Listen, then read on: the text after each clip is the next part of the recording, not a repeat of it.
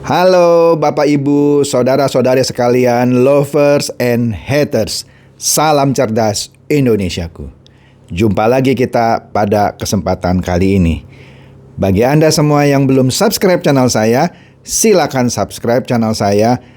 Tekan loncengnya agar Anda dapat notifikasi setiap kali saya mengupload video saya.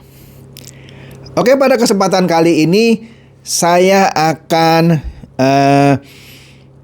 membahas bagaimana Anda bisa tambah cerdas gitu ya. Kan konten saya ini semuanya berbicara mengenai bagaimana kita bisa lebih cerdas gitu ya. Bisa lebih cerdas itu tidak hanya selalu menghindari konten-konten money game Ponzi. Walaupun itu sepertinya menjadi titik fokus dari konten saya, yaitu mencerdaskan masyarakat dari bahayanya money game Ponzi atau aplikasi-aplikasi penipuan, investasi bodong dan lain-lain. Tetapi menjadi cerdas tidak hanya dari sisi itu saja. Meskipun brand atau personal brand atas diri saya sebagai Godfather of Ponzi Killer atau Ponzi Slayer, pembunuh money game Ponzi, itu melekat dengan eratnya. Oke? Tapi konten saya juga ya berbicara mengenai bagaimana cerdas dari virus-virus, selain virus-virus money game Ponzi, juga virus-virus lainnya. Apalagi sekarang kita sedang masih dalam masa pandemi COVID-19. Oleh karena itu saya mau berbagi tips cerdas dari saya yang sudah saya praktekkan. Oke, jadi saya bukan hanya berbicara mengenai teori. Kalau Anda boleh lihat semua isi konten saya, itu adalah berbasiskan pengalaman saya dan keahlian saya. Dalam kesempatan kali ini, saya akan membahas bagaimana selain Anda bisa terbebas dari virus money game Ponzi, juga bagaimana Anda bisa terbebas dari virus corona. Saya tidak berbicara mengenai sesuatu cara yang bisa membuat Anda 100% terhindarkan dari virus corona yang bisa menyebabkan COVID-19. Kalau Anda tidak mematuhi protokol kesehatan yang sudah digariskan oleh pemerintah, percuma saja Anda sudah divaksin 2 atau 3 kali. Percaya saya. Oleh karena itu, kita sering dengar juga kan, nakes atau tenaga kesehatan yang sebenarnya sudah divaksin 2 kali, tetap saja dia terkena, bahkan meninggal. Kenapa? Karena dia setiap hari berhubungan dengan orang-orang yang positif COVID-19. Dengan kata lain, lingkungan kerjanya, viral load-nya atau beban, sebut saja gitulah ya terjemahan bebasnya, beban virus yang dihadapi itu tinggi.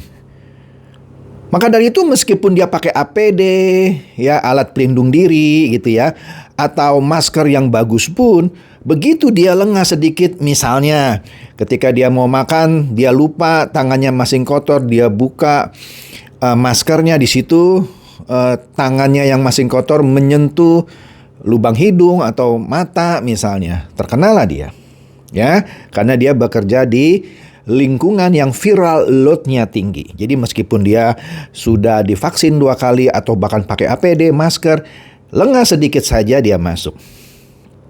Oke, nah yang saya mau bicarakan di sini adalah suatu metode atau suatu kebiasaan atau apapun lah yang Anda mau sebut. Anda dengar dulu bahasan saya kali ini. Yang mana kalau kebiasaan ini Anda lakukan kontinu, akan dapat memberikan sejumlah manfaat kesehatan buat Anda. Kenapa saya berani mengatakan ini? Saya pelakunya. Saya bukan seorang dokter, tetapi saya mempraktekkan ini setelah membaca sejumlah jurnal kesehatan, membaca tulisan-tulisan sejumlah dokter yang dapat dipercaya dan sekaligus praktisi aktivitas ini.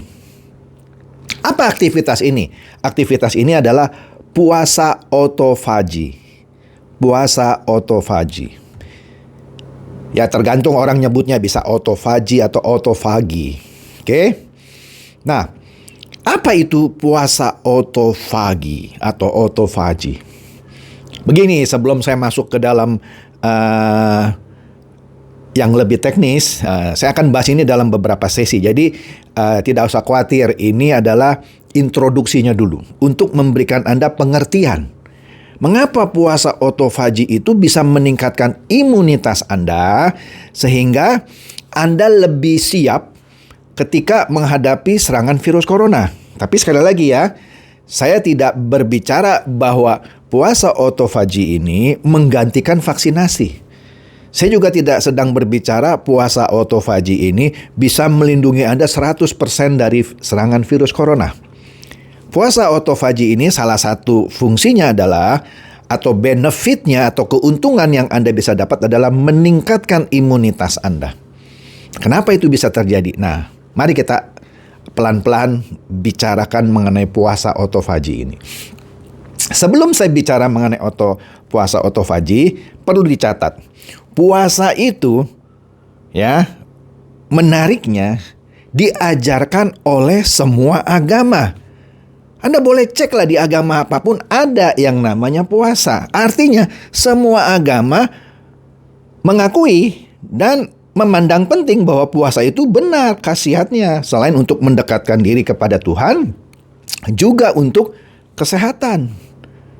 Bisa untuk detox dan segala macam. Tapi oke lah, kita kembali lagi ke dasar yang saya mau ceritakan. Begini, di zaman purba, manusia itu tidak makan 3 kali sehari.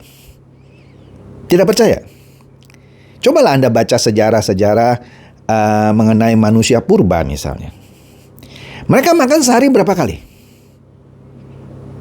Tidak ada aturannya. Tidak ada aturannya mereka makan sehari berapa kali. Kenapa tidak ada aturannya begini? Mereka itu pada zaman purba tidak mengerti bercocok tanam. Tidak ngerti misalnya menanam gandum, menanam padi, menanam buah-buahan, menanam sayur-sayuran. Dia tidak mengerti. Padi, gandum, sayur-sayuran itu mulai dilakukan cocok tanamnya ketika manusia berevolusi, terus masuklah ke revolusi agrikultur, sehingga ditemukanlah ternyata ada sesuatu yang bisa ditanam bisa jadi bahan makanan misalnya, yaitu gandum, padi dan seterusnya. Tapi sebelum itu terjadi, manusia purba makannya tidak 3 kali sehari. Makannya tidak menentu. Maksudnya bagaimana? Begini. Ketika dia bangun pagi, kira-kira begitu ya, dia harus pergi berburu. Bisa pergi sendiri atau pergi berkelompok. Biasanya mereka berkelompok. Dia masuk hutan, berburu binatang apa saja yang dia temukan. Dia panah atau dia apa saja, dia tombak atau apa saja. Binatang yang dia temukan itu diburu. Untuk apa? Untuk makanan mereka. Untuk makanan mereka. Artinya, kalau hari itu mereka dapat hasil, mereka bawa pulang, dimakan bersama-sama, dihabiskan di hari yang sama. Biasanya dibakar, dipanggang. Oke? Besok bangun pagi, dia berburu lagi. Pertanyaannya, kalau dia tidak dapat binatang buruan, apa yang dia lakukan? Dia puasa. Kenapa? Makanan yang kemarin dia harus habiskan. Kenapa harus dihabiskan? Gampang jawabannya. Tidak ada lemari es pada waktu itu. Kecuali manusia purba yang hidup di kutub ya. Mungkin dia masih bisa simpan makanannya. Dibuatlah satu tempat karena itu juga dingin ya. Bisa mengawetkan makanan. Tapi kalau yang hidupnya di hutan Amazon, di daerah tropis, dia harus habiskan makanannya hari itu. Kalau tidak, besok busuk. Oke? Konsekuensinya adalah besoknya dia harus berburu lagi. Kalau tidak dapat binatang buruan, dia puasa. Jadi yang namanya puasa itu sudah dilakukan sejak zaman manusia purba. Jadi tidak ada yang aneh dengan berpuasa. Oke?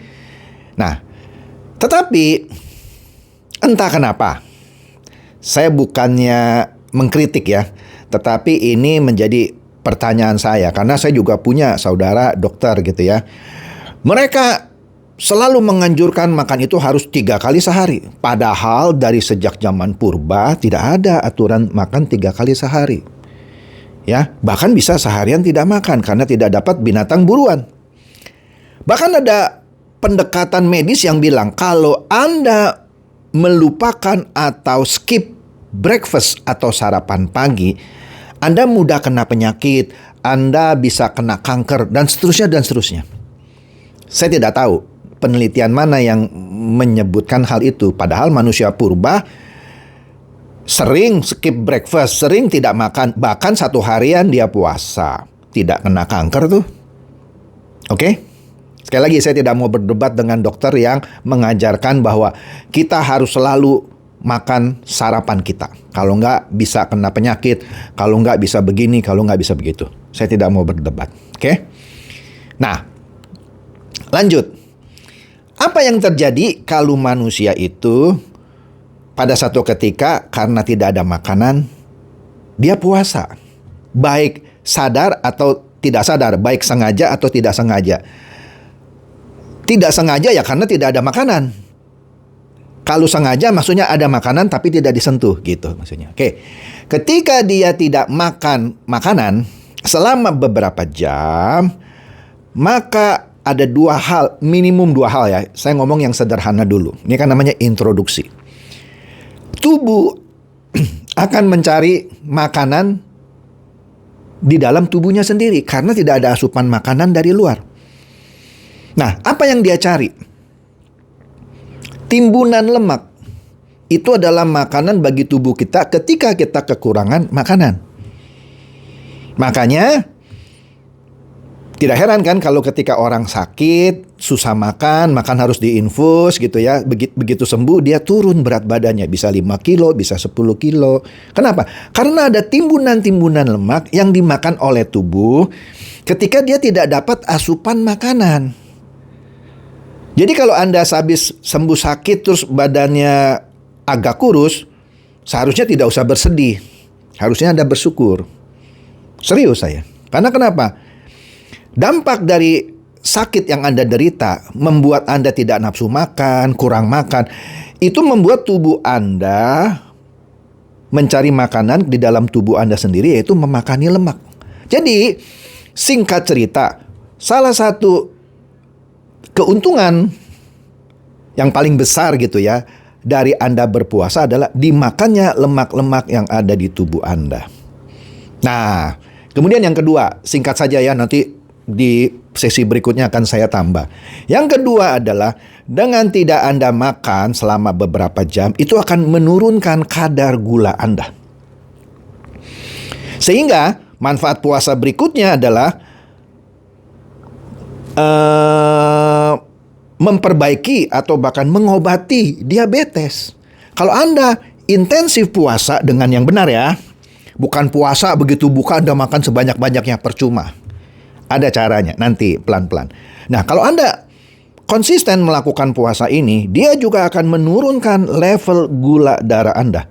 Jadi bagi orang-orang yang kebanyakan lemak dan juga dia diabetes, kencing manis lah istilahnya, kalau dia konsisten puasa dengan cara yang benar, ada 2 benefit sekaligus yang dia bisa dapat. Dia akan bisa mengurangi lemaknya, agak langsing gitu ya. Bisa mencapai berat badan yang ideal, sekaligus menurunkan level gula darah dia tanpa suntik insulin. Nah, ini panjang lagi ceritanya ya, tapi nanti. Praktek saya melakukan autophagy fasting ini selama 4 bulan dengan cara yang benar, sesuai dengan apa yang saya baca di jurnal medis, saya baca di tulisan-tulisan sejumlah dokter yang saya percaya dari Amerika gitu ya. Saya berhasil menurunkan berat badan saya. Waktu itu saya berhasil menurunkan berat badan 16 kilo. Betul, 16 kilogram. Waktu itu saya overweight, saya 85 kilogram. Begitu saya puasa autophagy selama 4 bulan saja, saya turun 16 kilo menjadi 69. Sebenarnya 69 itu berat badan yang ideal buat saya karena tinggi saya 172 cm. Adalah rumusnya nanti ya. Sebenarnya sudah cukup ideal. Cuman saya lihat kayaknya terlalu kurus gitu ya. Kurang bagus, kering gitu. Orang yang ketemu saya kaget gitu ya. Kamu sakit? Kamu begini? Enggak, saya puasa. Bohong kamu sakit? Enggak. Nah, karena saya lihat juga terlalu kurus, akhirnya puasanya saya kendorkan gitu lah ya. Bisa di-adjust nantilah. Sehingga sekarang saya maintain di sekitaran 74-75. Jadi tidak terlalu kurus. Normal lah. Nah, itulah yang saya dapat benefit paling banyak adalah menurunkan berat badan saya karena lemak badan saya ini dimakani oleh tubuh saya sendiri yang kekurangan makan karena puasa.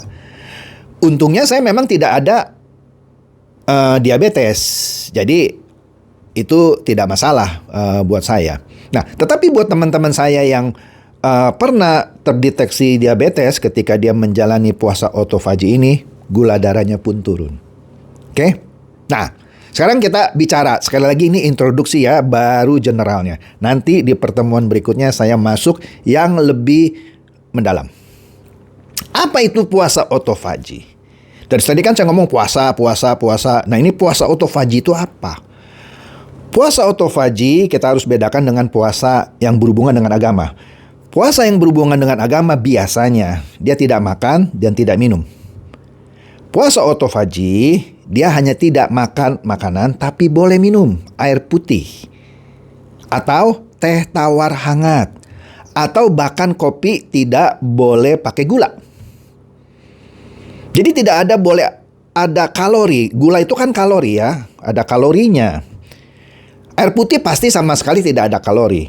Teh tawar hangat pasti tidak ada kalorinya karena tidak ada gulanya.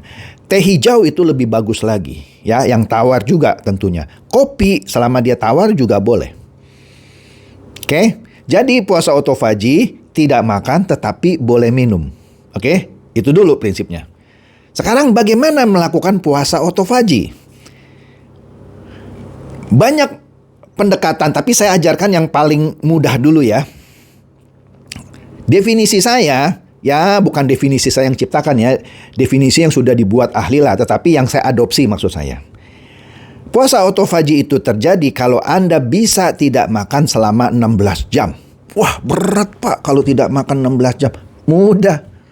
Kenapa saya bilang mudah? Begini, bayangkan Anda makan malam, Anda percepat, jam 6 sore Anda sudah makan malam. Anda makan malam, selesai jam 6, sebut aja begitu biar gampang ya. Anda minum, setelah itu sedikit pun Anda tidak boleh konsumsi makanan apapun. Biskuit lah, kerupuk lah, keripik lah, coklat lah, tidak boleh lagi. Jam 6 Anda makan, tapi Anda boleh minum. Begitu Anda lapar gitu ya, Anda minum aja air putih atau teh tawar hangat untuk meredakan perasaan lapar Anda. Dan itu membantu. Kalau Anda jam 6 sore makan dan stop, tidak makan lagi kecuali minum, begitu Anda bangun besok pagi jam 6, itu Anda sudah 12 jam puasa. Betul kan? Jam 6 makan terakhir, jam 6 sore, kemudian jam 6 pagi Anda bangun, itu sudah 12 jam Anda berpuasa. Tinggal tambah 4 jam kan? Berapa? 7, 8, 9, 10. Jadi jam 10 baru Anda makan. Atau dengan kata lain, sarapan Anda tertunda sampai jam 10 pagi. Tapi jangan lupa, jam 10 pagi itu menjadi sarapan Anda sekaligus makan siang Anda. Karena setelah itu Anda tidak boleh makan apa-apa lagi kecuali minum, mau air putih, teh tawar hangat, teh hijau, atau kopi tawar, sampai nanti jam 6 sore lagi. Jadi sehari Anda cuma makan 2 kali. Jam 10 pagi dan jam 6 sore. Wah, berat tuh Pak. Jadi jam 12 siang nggak boleh makan. Ya, kalau Anda mau ngemil sedikit sih oke ya. Tapi nanti dampaknya tidak terlalu optimal. Anda stick aja atau Anda taat saja jam 10 pagi Anda makan lagi nanti jam 6 sore. Oke? Lapar Anda kasih air putih atau teh tawar hangat. Saya kasih tahu. Lapar itu sebenarnya sesuatu yang psikologis. Itu tubuh itu karena sudah Anda program secara tanda kutip salah. Salahnya kenapa? Seakan-akan tubuh Anda bilang kalau jam 7 sarapan, jam 12 makan siang, jam 7 malam makan malam. Karena tubuh Anda sudah terbiasa dengan pola makan 3 kali sehari. Jadi kalau tubuh Anda lewat jam 7 tidak dapat makanan, dia meronta. Mana sarapanku, mana sarapanku? Maka perut seperti keroncongan. Karena itu sudah kebiasaan yang sudah Anda programkan ke tubuh Anda. Jadi, begitu pertama kali Anda mencoba autophagy fasting ini, tubuh akan menolak. Dia akan meronta. Lapar nih, keroncongan, aduh sakit nih. Bahkan ada orang yang ekstrim, kalau kamu telat makan nanti bisa mati. Bohong itu. Enggak.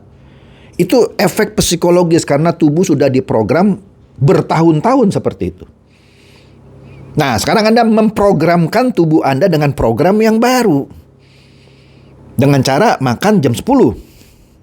Oke?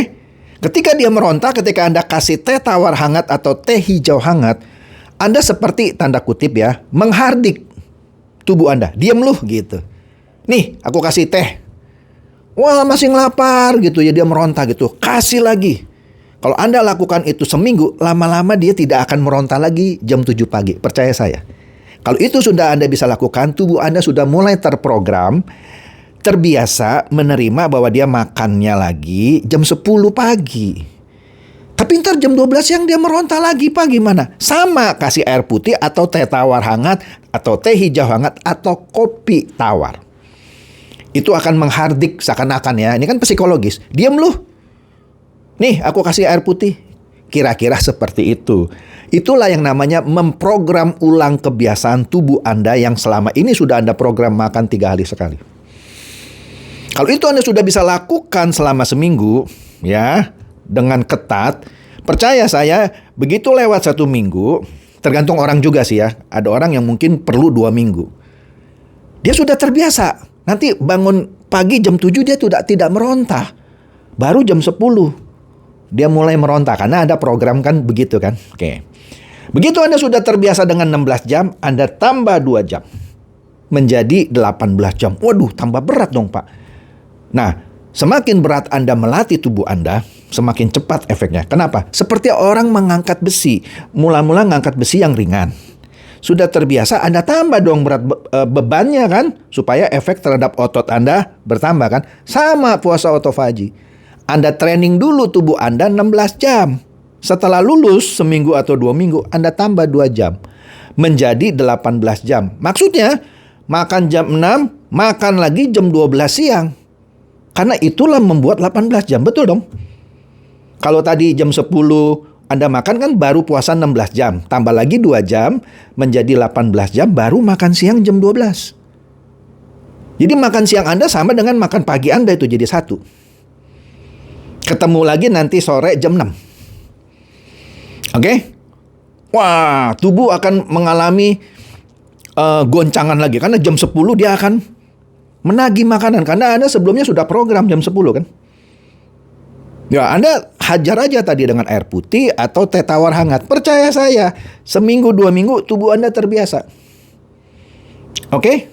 Nah, ketika Anda berpuasa tadi, yang saya katakan kan tubuh tidak kemasukan makanan ya. Itu dia makan lemak, kemudian dia akan menurunkan level gula darah Anda. Nah, saya skip sedikit ya, karena ini kan banyak supaya sesuai dengan judul saya. Bagaimana puasa autophagy itu bisa menghindarkan Anda dari virus Manigem-Ponzi dan virus corona. Begini, kalau Anda ketika berpuasa autophagy, Anda kemasukan virus corona, tentu Anda akan menunjukkan gejala. Flu, demam, batuk gitu pasti. Sama lah. Tetapi jangan salah. Tubuh Anda akan lebih siap menghadapi virus corona ini. Kenapa? Tubuh Anda sekarang dalam keadaan yang kadar gulanya sedemikian rendah sehingga itu menciptakan lingkungan atau environment lah istilahnya kalau di dunia medis yang tidak bersahabat bagi virus corona. Kenapa? Virus corona itu akan cepat berkembang biak di dalam tubuh Anda kalau kadar gula darah Anda itu tinggi. Karena virus itu suka makan yang manis-manis, kira-kira begitu. Makanya kenapa orang yang diabetes bisa parah sekali kalau kena serangan COVID. Karena tubuhnya level gula darahnya tinggi dan virus suka. Dan dengan demikian Anda seperti memberi makan kepada virus corona itu sehingga dia lebih cepat berkembang biak. Makanya parah kalau orang yang punya komorbid, terutama diabetes. Tapi kalau Anda sering berpuasa otofagi, level gula darah Anda rendah, virus tidak dapat pasokan makanan. Tetap sih Anda akan bergejala, tapi pada posisi yang lebih menguntungkan. Karena si virus ini tidak mendapatkan makanan yang dia sukai. Itulah rahasia otofagi fasting. Oke? Nah, terus hubungannya apa Pak dengan virus Manigem-Ponsi? Nanti, ya ini kan namanya baru introduksi, ya kan? Nanti saya akan lanjutkan di bahasan saya berikutnya mengenai puasa otofagi. Menarik kan? Ya kan? Silakan share video saya ini kepada teman-teman, sahabat atau kerabat yang Anda pikir juga boleh tercerahkan oleh bahasan saya kali ini. Seperti biasa, terima kasih.